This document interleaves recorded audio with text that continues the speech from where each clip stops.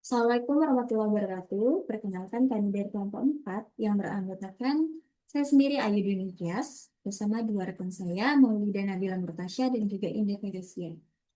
Pada kesempatan kali ini kami akan menjelaskan hasil proyek pemrograman website kami yang berjudul Sistem E-commerce Seafood.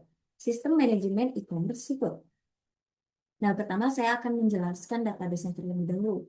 Di sini database kami bernama Seafood dengan tabel. Yang pertama ada tabel meja.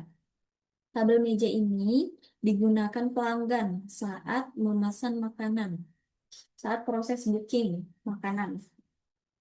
Kemudian ada tabel menu. Tabel menu ini berisikan data menu yang akan ditampilkan di katalog. Di katalog saat pelanggan ingin melihat menu-menu dan juga saat ingin memesan makanan kemudian. Kemudian ada tabel pelanggan.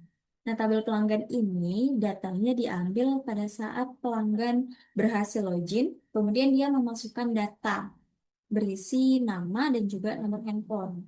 Nah, saat berhasil memasukkan data pelanggan akan langsung tertuju ke database Seafood di tabel pelanggan. Kemudian ada tabel pesanan. Tabel pesanan ini didapat dari pelanggan yang sudah melakukan order.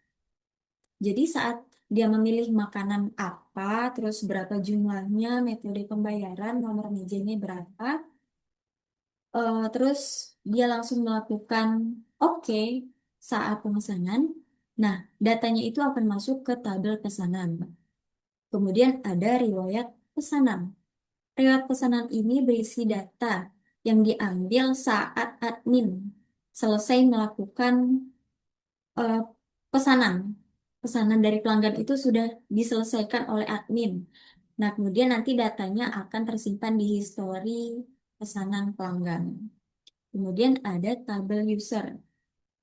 Tabel user ini untuk login, ya untuk login. Nah, login kami itu menggunakan multiple user.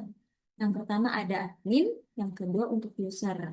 Nah, untuk admin ini nantinya user, user itu akan dibawa ke dashboard admin. Kemudian untuk si user, user ini akan dibawa ke dashboard user sendiri. Jadi beda dashboardnya nanti. Oke, kemudian akan dijelaskan oleh teman saya, Indah Karisky. Saya Natarisi akan menjelaskan di bagian pelanggannya. Seperti yang sudah dikatakan Ayu tadi, kami menggunakan login multiple user. Jadi saya akan mencoba login sebagai user dengan menginput username-nya sebagai user dan juga begitu password. Karena dia login sebagai pelanggan, jadi diarahkan untuk mengisi data pelanggan sebelum memesan.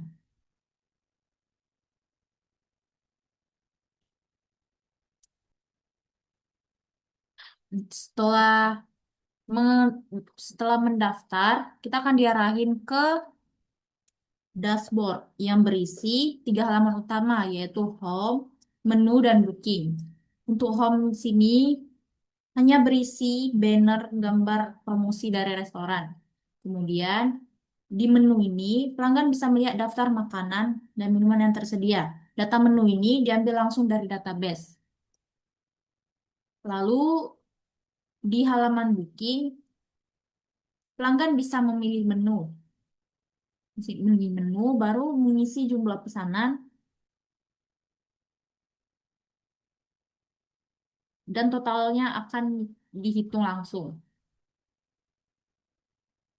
Kemudian data pemesanan ini akan otomatis tersimpan pada database. Semua data baik pelanggan, menu maupun booking disimpan ke dalam tabel SQL.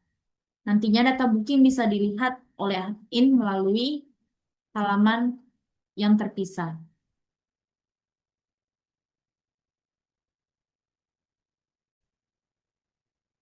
Selanjutnya di bagian admin akan dijelaskan oleh teman saya Maulida Murtasya. Selanjutnya, saya Maulida Nabila akan menjelaskan pada bagian admin. Pertama, ketampilan login admin, mengisi username dan password. Lalu setelah login, akan diarahkan ke dashboard admin.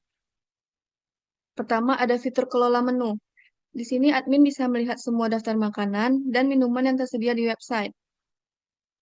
Di sini ada fitur tambah menu. Kita mencoba mengisinya dengan ID, nama, harga, dan tipenya makanan atau minuman. Lalu mengupload file gambar.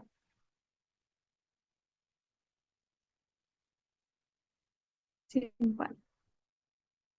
Lalu otomatis di tabel tampilan kangkung akan tampil di tampilan admin. Lalu kita akan mencoba membuka di tampilan user. Nah, pada tampilan user akan muncul di katalognya. Lalu ada juga fitur edit. Kita akan mencoba edit harga menjadi 25.000. Lalu kita update, otomatis harganya berubah. Dan di tampilan user, harga juga berubah pada katalog.